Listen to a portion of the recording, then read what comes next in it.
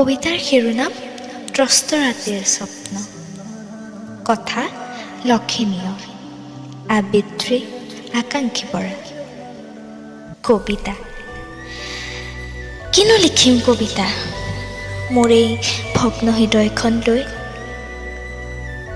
শব্দবোৰৰ ভাজে ভাজে দেখোন তোমাৰ উশাহৰ ধ্বনিয়ে অনুভূত হয়। চিয়াহীবোৰো বৈ যায় মোৰ তেজৰ ৰঙেৰে।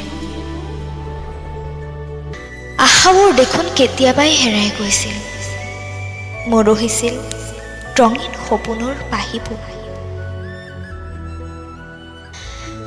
তুমিয়েই জানো কোৱা নাছিলা মোৰ কাষত তোমাৰ সপোনবোৰে পাহি মেলে বুলি। দেউকা মেলি উৰি যায় শুভ্ৰ মেঘ চমকাৰ মাজলৈ, মিলি যায় দেহৰ প্ৰতি হীৰাই হীৰাই।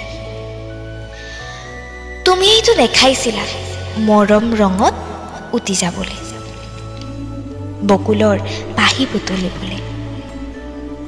নিস্তব্ধ নীৰৱ সপোন ৰাতি।